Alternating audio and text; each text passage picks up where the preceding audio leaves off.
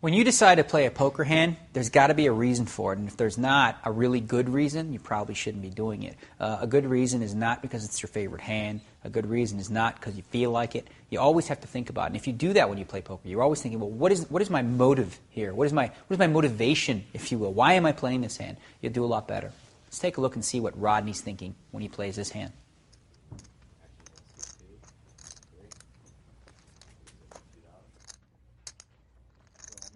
It's a hand in a tournament I might look to steal with, but after there's a limp, it's not a hand I want to play in a cash game.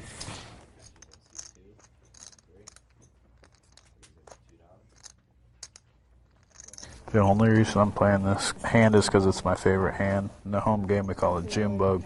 Did you just hear what Rodney had to say?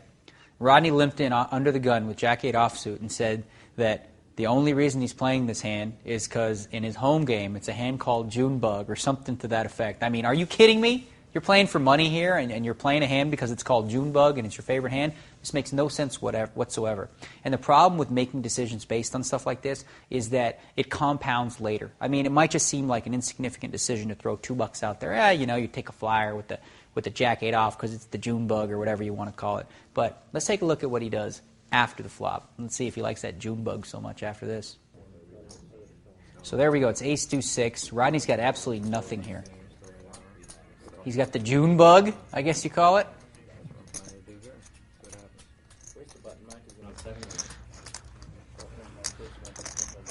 I did hit middle pair. I could make a bet, see if anybody would raise with an ace.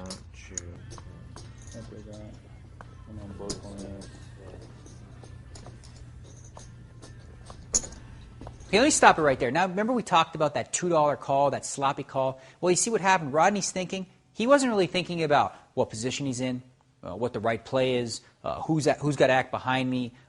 He was just basically gambling on a silly hand, and he threw $2 out, which didn't seem all that important. But look at what he's done now. He's locked on to the idea that I've got this favorite hand, and maybe if I bet now because it's my favorite hand, I'm going to win. So he's made a play here that just makes no sense. There's $12 in this pot. He just fired $20 at it with Jack-8 offsuit, and the board is ace-6 deuce. 6 players in this pot. This is just a bad play. Even if it were to work, which is not going to, it's still a silly play, and it all stems from the problem that he got sloppy. Wasn't thinking about the game. He was thinking about silly things that you need to avoid. Your mental approach to the game is just as important as the way you play hands. And when you decide to play, and you have to be thinking about the merits of the quality of the hand, the situation, not the fact that it's the Junebug, whatever you want to call it, favorite hand to your buddies in your home game. You do that, you're going to get broke. Simple as that.